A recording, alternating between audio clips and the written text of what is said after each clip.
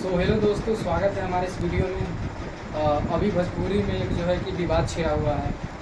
एक मगही का कलाकार है रोशन रोही। रोशन रोही ने एक गलत काम किया, मैं बता रहा हूँ आपको। सुमन पुजारी करके रिपोर्टर है, क्रिएटर है, वीडियो बनाता है यूट्यूब पे। तो उसको क्या किया है, रोशन रोही ने अपने घर पे बुला करके उसको मारा है। जो कि रोशन रोही भर दिन आरजेडी यादव परिवार ऐसा करके गाना बनाता है और उसी से व्यूज वो मिलता है। ज़्यादातर फॉलोवर उसका यादव ही है।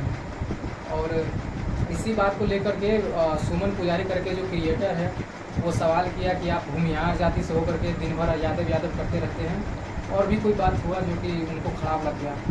इसी बात पे उसको सुमन पुजारी को उसने पीटा।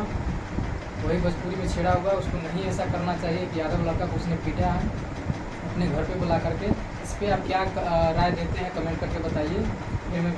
फिर हम आपसे मिलते हैं नेक्स्ट वीडियो में।